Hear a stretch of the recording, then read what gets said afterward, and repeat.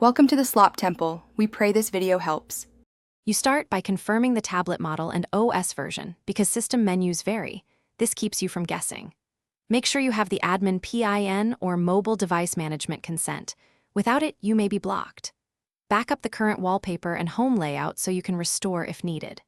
Once done, open Settings, go to Display or Wallpaper, and navigate to the screen that lists current lock and home wallpapers to begin removal. You now remove or replace the wallpaper by opening Display Wallpaper or long press the home screen to access editor tools. This difference depends on the launcher. Choose a built-in default, a blank image, or an explicit none option if available. This prevents an image from reapplying.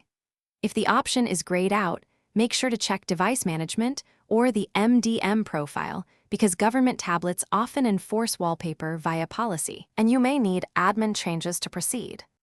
You finish by rebooting the tablet so settings and any server-side policy updates take effect. This clears cached assets. If the wallpaper returns after reboot, it's likely enforced by MDM. Contact the issuing administrator to revoke or adjust that policy rather than forcing changes. Make sure to restore your icon layout from the backup if things shifted. One troubleshooting tip: if access is blocked, document the